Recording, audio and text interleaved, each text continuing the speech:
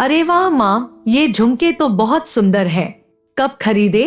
रंजू ने अपनी माँ प्रभा के कानों में झूलते झुमके को देखकर पूछा। वो पिछले महीने हमारी शादी की सालगिरह थी ना, तभी अपर्णा बहू ने मुझे यह झुमके और तुम्हारे पापा को घड़ी लेकर दी थी। पता नहीं कब वह यह सब खरीद लाई, प्रभा ने कहा। अपनी आंखें बड़ी कर रंजू बोली, भाभी ने? क्या बात है? फिर आंख भरते हुए कहने लगी, मुझे तो कभी इस तरह से कुछ नहीं दिया उन्होंने। हाँ भाई, सास ससुर को मक्खन लगाया जा रहा है।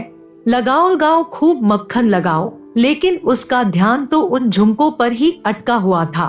कहने लगी, जिसने भी दिया हो माँ, पर मेरा दिल तो इन झुमकों पर आ गया। हाँ तो ले लो न बेटा, इसमें क्या है? कहकर प्रभा ने तुरंत झुमके उतार कर अपनी बेटी रंजो को दे दिए। लेकिन उसने एक बार यह नहीं सोचा कि अपर्णा को कैसा लगेगा जब वह जानेगी कि उसके दिए झुमके उसकी सास ने अपनी बेटी को दे दिए। प्रभा के देने भर की देरी थी कि रंजो ने झट से झुमके अपने कानों में डाल लिए। फिर अनावती सा मुंह बना कर कहने लगी, मन नहीं है तो ले लो माँ, नहीं तो फिर मेरे पीठ पीछे घर वाले, खास कर पापा कहेंगे, जब आती है रंजो कुछ न कुछ तो लेकर ही जाती है। कैसी बातें करती हो बेटा, कोई क्यों कुछ कहेगा? और क्या तुम्हारा हक नहीं है इस घर पर? तुम्हें पसंद है तो रख लो न, इसमें क्या है? तुम पहनो या मैं, बात बराबर है। सच में माँ? ओह माँ, आप कितनी अच्छी हो, कहकर रंजो अपनी माँ के गले में झूल गई। हमेशा से तो वह यही करते आई है, जो पसंद आया उसे रख लिया। यह भी नहीं सोचा कि वह चीज किसी के लिए कितना मायने रखती है। कितने प्यार से और किस तरह से पैसे जोड़कर अपर्णा ने अपनी सास के लिए वे झुमके खरीदे थे, पर प्रभा ने बिना सोचे समझे झुमके अपनी बेटी को दे दिए। कह तो सकती थी न कि ये झुमके तुम्हारी भाभी ने बड़े शौक से मुझे खरीद कर दिए, इसलिए मैं तुम्हें दूसरा बनवा कर दे दूंगी, पर नहीं, कभी उसने बेटी के आगे बहू की भावना को समझा है जो अब समझेगी। माँ देखो तो मेरे ऊपर ये झुमके कैसे लग रहे हैं? अच्छे लग रहे हैं ना? बोलो न माँ, आईने में खुद को निहारते हुए रंजो कहने लगी। वैसे माँ, आपसे एक शिकायत है। अब किस बात की शिकायत है? प्रभा ने पूछा। मुझे नहीं, बल्कि आपके जमाई को है। कह रहे थे आपने वादा किया था उनसे ब्रेसलेट देने का, जो अब तक नहीं दिया। अरे हाँ हाँ, याद आया। अपने दिमाग पर जोर डालते हुए प्रभा बोली, पर अभी पैसे की थोड़ी तंगी है बेटा, और तुझे तो पता ही है तेरे पापा को कितनी कम पेंशन मिलती है। घर तो अपर्णा बहू और मानव की कमाई से ही चलता है। अपनी मजबूरी बताते हुए प्रभा ने कहा। वो सब मुझे नहीं पता है माँ, वह आप जानो और आपके जमाई। बीच में मुझे मत घसीटो, झुमके अपने पर्स में सहेजते हुए रंजो ने कहा और चलती बनी। बहू के दिए झुमके तुमने रंजो को दे दिए? प्रभा के कान में वे झुमके न देखकर भरत ने पूछा। उन्हें समझ में आ गया कि अभी रंजो आई थी और वह वे झुमके लेकर चली गई। हाँ, उसे पसंद आ गया तो दे दिया, हकलाते हुए प्रभा ने कहा और वहां से जाने लगी, क्योंकि जानती थी अब भरत चुप नहीं रहने वाले। क्या कहा तुमने? उसे पसंद आ गया?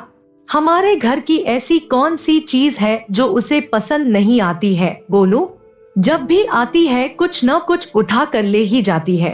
क्या जरा भी शर्म नहीं है उसे? उस दिन आई थी तो बहू का पर्स जो उसकी दोस्त ने उसे दिया था वह उठा कर ले गई। कोई कुछ नहीं कहता, इसका मतलब यह नहीं कि वह अपनी मनमर्जी करेगी। गुस्से से आग बबूला होते हुए भरत ने कहा। अपने पति की बातों पर तिलमिला उठी प्रभा।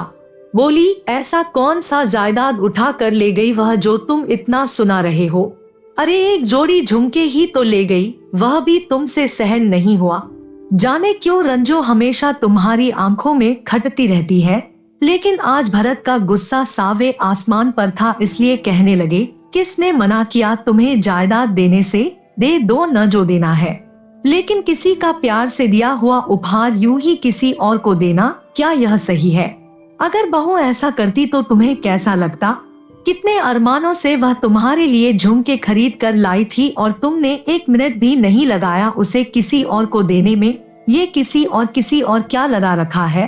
अरे बेटी है वह हमारी, और मैंने अपनी बेटी को दिया जो दिया, समझे? बड़े आए बहू के चमचे, मुंह बिचकाते हुए प्रभा बोली। अरे तुम्हारी बेटी तुम्हारी ममता का फायदा उठा रही है और कुछ नहीं। किस बात की कमी है उसे?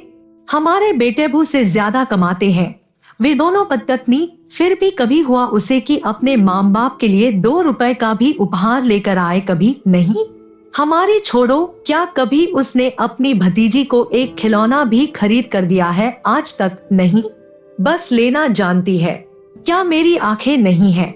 देखता हूँ मैं तुम बहू बेटी में कितना फर्क करती हो। बहू का प्यार तुम्हें ढकोसला लगता है और बेटी का ढकोसला प्यार। ऐसे घूरो मत, मुझे पता चल जाएगा तुम्हें भी एक दिन। देखना कैसे बाप हो तुम सच में, जो बेटी के सुख पर भी नजर लगाते रहते हो। नहीं क्या बिगाड़ा है रंजो ने तुम्हारा, जो हमेशा वह तुम्हारी आंखों की किरकिरी बनी रहती है? अपनी आंखें लाल करते हुए प्रभा बोली। ओ कमक्ल औरत, रंजो मेरी आंखों की किरकिरी नहीं बनी है, बल्कि अपर्णा बहू तुम्हें फूटी आंख नहीं सुहाती है।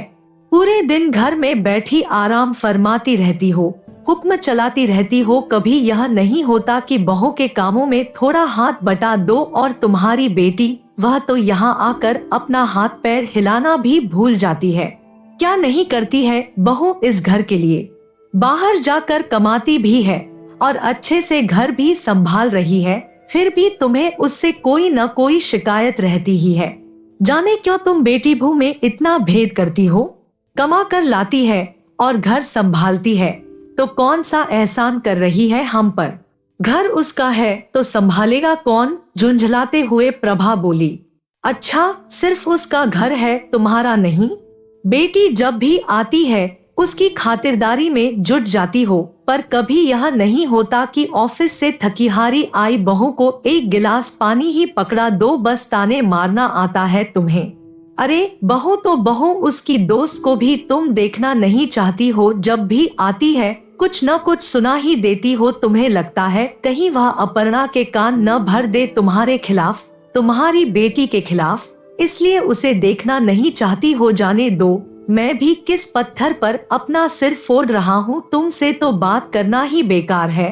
कहकर भरत अपना पैर पटकते हुए वहाँ से चले गए और प्रभा बड़बड़ाती रही। सहन नहीं हुआ उसे कि भरत ने रंजो के खिलाफ कुछ बोल दिया, लेकिन सही तो कह रहे थे भरत। अपर्णा क्या कुछ नहीं करती है इस घर के लिए, पर फिर भी प्रभा को उससे शिकायत ही रहती थी। नाते रिश्तेदार हो या आस पड़ोस, हर किसी से वह यही कहती फिरती थी, भाई अब बहू के राज में जी रहे हैं तो मुंह बंद करके ही जीना पड़ेगा ना, वरना जाने कब बहू बेटे हम बूढ़े बूढ़ी को वृद्धाश्रम भेज दें। आजकल उल्टा जमाना है, अब बहू नहीं बल्कि सास को बहू से डर कर रहना पड़ता है। सुनकर कैसे अपर्णा अपना चेहरा नीचे कर लेती थी, पर अपने मुंह से एक शब्द भी नहीं बोलती थी। पर उसकी आंखों से बहते आंसू उसके मन के दर्द को जरूरत बयां कर देते थे। अपर्णा ने तो प्रभा को आते ही अपनी माँ मान लिया था, पर प्रभा तो आज तक उसे पराए घर की लड़की ही समझती रही।